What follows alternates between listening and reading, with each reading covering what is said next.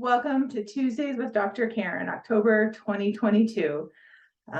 I'm here today to talk about No More Pink, Finding Your New Normal. I have relaunched my breast cancer book in October of this year in honor of breast cancer awareness. I dropped it 2 years ago and had all sorts of fun with book launch parties and starting a group. And providing a forum for support for women and families touched by this disease.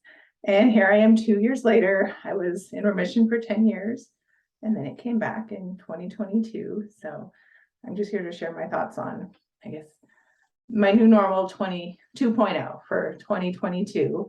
It's been quite a doozy. I feel like I've graduated to this level where a lot of the original things don't apply anymore. I mean, I was really happy at the time. I wrote this book going on, 10 years ago. I had started journaling, and I wanted to share my experience and then give back, with the psychologist hat, as far as creating a new normal, getting the social support that you need, talking with your kids, coping with cancer, coping with side effects, coping with treatment, learning to let go. There's a lot of grief with a cancer diagnosis. Like there might be a grief of a vacation that was planned that you can't go on because you're ill. I know I plan to go to Disney World this summer, and I wasn't able to fly. Although now I fly pretty much every week, so that's a miracle. I missed out on some tennis. I missed out on some activities, but now I'm playing tennis every day and I'm back in competitive tennis. So so much to be grateful for. Chemo brain, new normal. I'm just going over some of the chapters. I don't think I have chemo brain this time, but I am taking medications that cause fatigue, irritability, and sometimes I don't feel as sharp as I normally am. I don't know if that's from, the medications or just being tired and worn out and all the things that go along with this.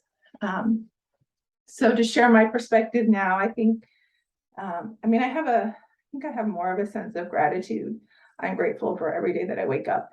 I am grateful I just took the dog for a walk. I'm grateful for a phone call with a friend, kissing my daughter, reading to her at night, letting her read to me. I'm grateful that I get to help my son with his college essay, which he wrote about me and the impact of my second bout with cancer. I'm grateful for the pink at the football games. I know this week, Thursday and Friday, will be pink out.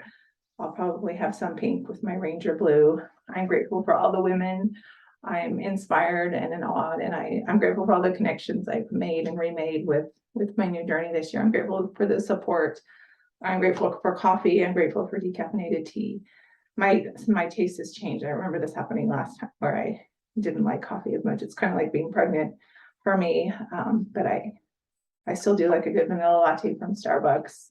I'm grateful for all the resources. I'm grateful for the support of family. I'm grateful for being able to set boundaries and say no. I'm grateful for my children, and I'm grateful for all the moments. And I hope that you or a loved one or anyone that is touched by breast cancer or any other cancer is getting the support that you need, and the perspective of giving back and gratitude. So thank you for listening today on Tuesdays with Dr. Karen.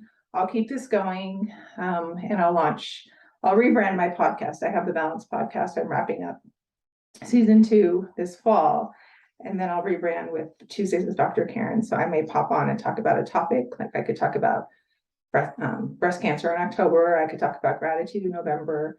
I could talk about being in the holiday blues in December, a new year in January, having a new perspective. And then I love interviewing other providers, coaches, authors, speakers. I love hearing people talk about their book launches and helping get things out there. So I love just putting some goodness and happiness and niceness out in the world. So go out, be kind, be well. Thank you. Thank you for being here and listening.